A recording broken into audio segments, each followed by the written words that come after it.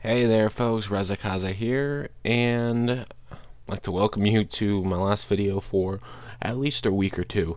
If you haven't already know or heard, I'm taking a little break, at least a week, possibly even 2 weeks. Just try to, settle into what I'm doing right now. I'm trying to find new sort of ideas for my talks, for my videos, and just trying to overall find the passion that I had when I began, because I'm starting to fall a little bit down. So right now I have my top 10 games slash series and some honorable mentions. So first, let me just get right in to say this is purely my opinion.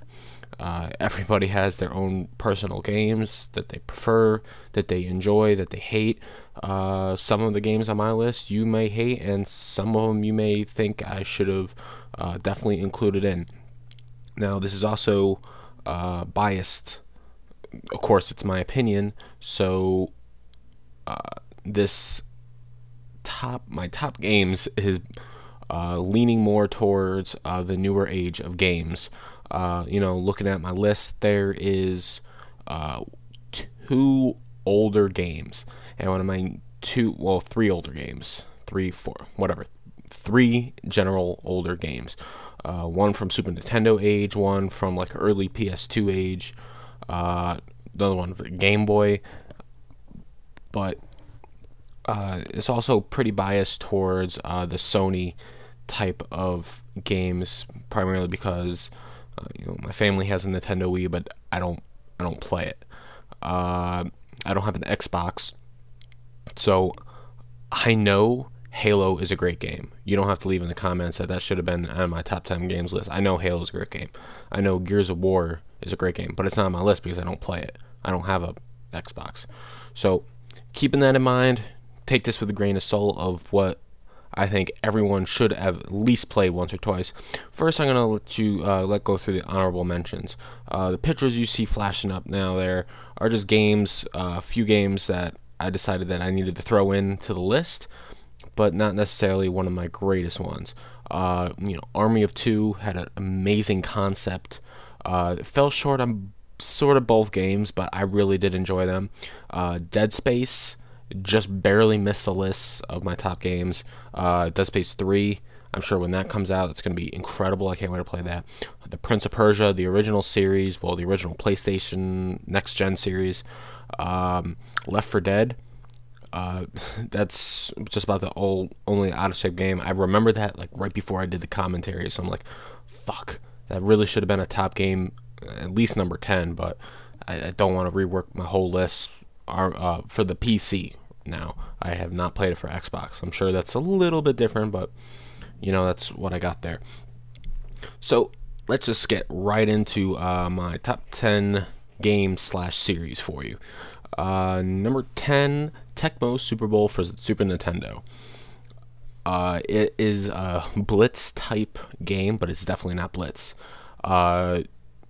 There's scenes where you can just keep tackling the person, but it's not exactly Blitz type gaming. It's really like basic football. There's no penalties. You really can't go offside. You can't really have pass interference. None of that. But it really is a fun and addicting game to what was out in the market. Definitely not one of the more realistic football games that I played especially for the Super Nintendo, but it definitely was a whole lot of fun. Number 9, Splinter Cell Chaos Theory. That was the first Splinter Cell I played, and honestly, I think one of the only ones I played. I know I played Double Agent, but Chaos Theory was just a lot more fun for me. I think it had the aspects of those co-op missions. I play with my friend Ashley all the time, and we just loved playing it. We just taking out the lights, just swooping down on people and just like breaking their necks. It was fun. It was so much fun. And then we had times where we just just try to kill each other, and it was just one of those games that you had to play and you just couldn't put down. Number 8, the Resistance series for PlayStation 3. Yeah, PlayStation 3. Fallen Man, whatever the second one was called, and just Resistance 3. The series was amazing. They had a great story, great concept, kind of like an alternate reality, so to speak, and they really took off with it. The first and third games were my favorite ones. They had very enlightening stories. Gameplay was just absolutely amazing, and there's not much else to say. The second one was not bad, but the multiplayer portion of it just kind of like, what the fuck am I playing? I think that's the only reason why that's not like one of the top things there. I don't have them numbered, I just have them bullets, which is probably a very bad idea. Number 7. 10, 9, 8, 7. Yeah, number 7, Xenosaga for PS2. That, I think I picked the game up because I was out of games to play, and I was like, okay, this looks interesting, let's give this a shot. The game revolves around Shaya. I don't even remember the names, it's been that long. I remember Cosmos, the robot girl. But there's like these Gnosis, kind of like spirits, attack all over the universe, and it expands over 3 games. It's an amazing series. It really did feel like a movie. The battle system increased through all 3 games. They improved stuff. They added new things. They really, took what they wanted to give us. My only 2 complaints is that it really did feel like a movie. I felt that if they would have made it a movie, it would have had just as much hype and just as much success instead of the actual gameplay. The only other complaint I have about that is the time period between the first and second game was just a matter of, say, minutes or hours. You were on a ship at the end of the first game, and you were on the same ship going into dock somewhere, and I think all but 1 or 2 characters, and there's like 7, 8 of them, had the same voice actor. The rest had different voice actors, and that is just a mindfuck for me. If it's the same thing with movies, if you're gonna do sequels to movies, have them have the same characters. Same thing with video games. If you're gonna make a sequel to a great game, have the same voice actors. If you don't, then kill them off somehow. Do like a cutscene where they die, and have the person come back for just that one scene, and that's it. It's not that hard. Number 6 is Darksiders. That first game, that was just so incredible for me. I'm not the type of hack and slash sort of games. There's only like 1 or 2 that I really feel comfortable with playing, but it wasn't the gameplay that got me with Darksiders, but it was the story. The 4 horsemen, the apocalypse, you take on war, and you just fucking kill everyone. It was the story that really made it, and the ending of it, spoiler, that he says, I'm not alone, I have my brothers, and then his 3 brothers comes out. The next game, I was a little disappointed when I heard, I didn't really hear anything about multiplayer, but Darksiders 2 not having that, 4-player co-op sort of aspect to the campaign. Although it doesn't really matter, I don't really have 4 friends to play with anyway, but I would have liked to see that. And Darksiders 2, I'm definitely waiting for. That's coming out in about a month. I'm going to be going away and playing that pretty damn soon. The game looks epic. Death, his scythe moves, fun stuff. Number 5 is Pokemon. I may be 20. How the fuck old am I? 23 years old. Going on 24 actually in a couple weeks. Yay, happy birthday to me. And I still love Pokemon. My friend Ashley, she gave me a ROM on my phone to play Pokemon, and I enjoyed the hell out of that game. But this isn't all Pokemon. This is the original Pokemon. Game Boy and Game Boy Color, going as far as red, blue, and yellow version of Pokemon. The leaf green and fire red, that's borderline all right, but the rest is getting into. I'm thinking classic story, classic times where you know where to get Mewtwo, you know about that Mew glitch about getting Abra, you know when you see Abra, you're like, fucking get right here, don't you teleport away, and he fucking teleported. God damn it, fucking Abra. That series on TV and the card game, that was just a pinnacle of in my generation, every kid's childhood.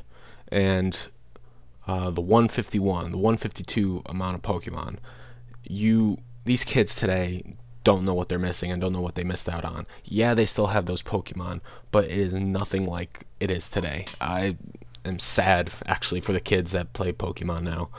It's just, bleh. Coming in at number 4 for me should be an obvious, is Final Fantasy. And I did not play them all. I played 1 and 2 as a remake for the Game Boy. I played a little bit of 8, but I couldn't get very far because there was a chip in the disc, like halfway into the first disc, and nowhere else that I went to had the game at that time. But I didn't really like it going up to it, so I just stopped playing it altogether. The ones I did play was 7, 9, 10, 12, 13, and 13-2. Now, my 2 favorite ones, it has to be 10, because that was the first one I played, and 7, just for obvious reasons there. Final Fantasy X, I would say is my favorite, just because it was the first one I played. It's simple.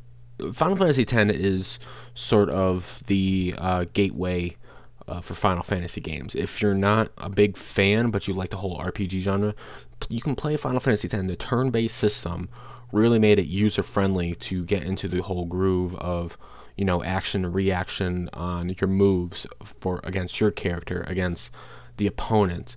Just that whole aspect. And then most of the other games is like an ATB gauge sort of thing. When your gauge charges up, then that's when you can attack.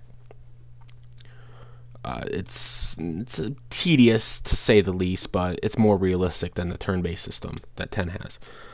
13-2 actually was pretty damn good, I'll admit that. 13 was alright, but it took me way too long to beat. 13-2 just seemed to have friendlier system to use. I don't know what it was, but I just could not put the game down. Alright, top 3 games coming in here, guys, and these 3 were so close to each other.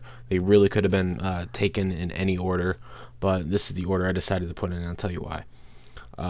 The reason why I got this game at number 3 is because, I don't know why. Because the other 2 I know beat it out, but this one definitely have a solid 3, but is definitely not Infamous. Infamous 1 and 2. Like I said, one of the best series that Sony has made. I am sad to see the series go only at 2 games. They probably could have done another one, but then it's just, stretching out the story and just making money off the games. And I like that they ended the series early rather than, drag it out to 7, 8, 9 games and end up just being beating an overused horse. But Infamous 1 was just incredible. The whole be good or evil, I think, what made the game. I played good in both games. I didn't have a chance to play evil. I love that the fact that you could choose, but I didn't play the evil side. I don't know why I didn't do that. The only negative part I said, if you watched my before and after thoughts on Infamous, is that Cole McGrath wasn't the same voice actor, unfortunately. From 1 to 2, it just wasn't the same guy, and I was disappointed in that greatly. Okay, number 2. The reason why this game is number 2 is because it's been so long since they created a main game that I've started to become a little bit bored with it. Waiting and seeing all these side games come out. but that is Kingdom Hearts. I didn't play Kingdom Hearts when it originally came out. I saw the Disney logo and characters, and I'm just like, okay, kids game. So I was in like study hall in high school, I think it was, and I saw this kid next to me had the game in his backpack, and it's just like, oh, I mean, it looks okay. It's just the whole Disney thing. He's like, dude, it's like Disney is just like the world they go to, but the game is just so much more. And I was so glad he talked me into it, because I would be so upset if I missed out on that incredible series. The story, it just dives so much deeper, even with these side games, Birth by Sleep, 358 over 2 days, Coded. They got like 4 or 5 Chain of Memories. All these side games, they're not needed to play, but they definitely help you understand the story.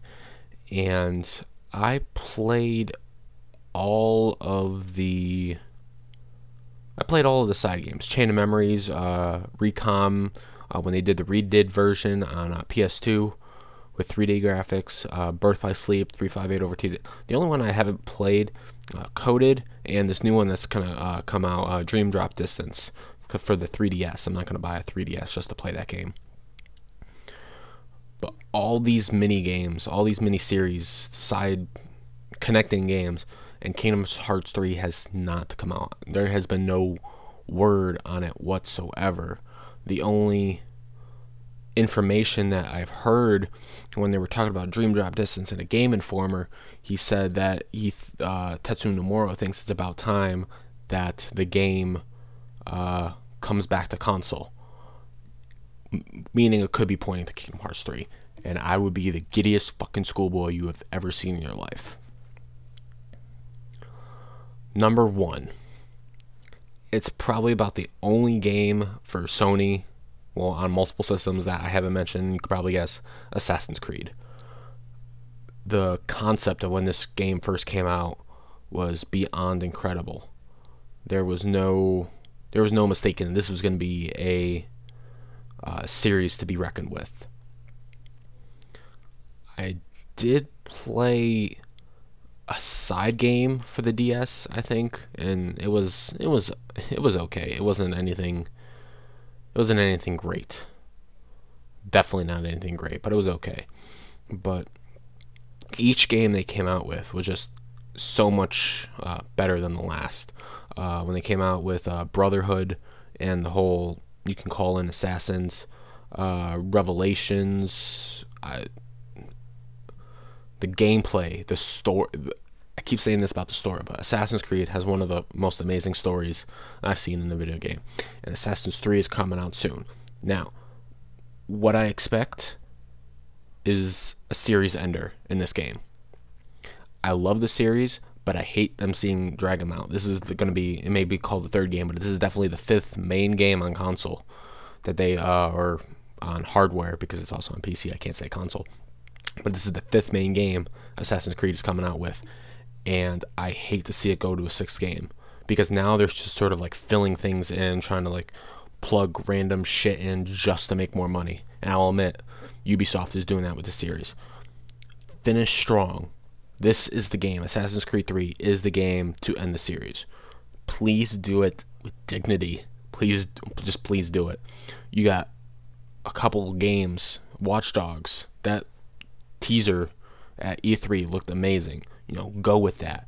Keep going with the new genres, new independent films, independent projects. Go with it. Well, I hope you guys enjoyed my top 10 game series and just overall games, in my opinion. Like I said, my opinion. Yours varies much differently. If you would like to leave a comment and debate me on any of these games shouldn't be on my list, or any Sony game series that should be on the list, or you can even go back to far as Super Nintendo games to go on my list.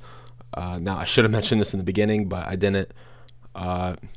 some of the games that obviously should have made the list that I didn't, Mario, Zelda, what the hell was that other one? Like Double Dragon. Those were great Nintendo games, but they've been so long ago that they just slipped my mind until this very second as I'm speaking these words. So, like I said, I hope you guys enjoyed. Leave a comment. Tell me what you guys think.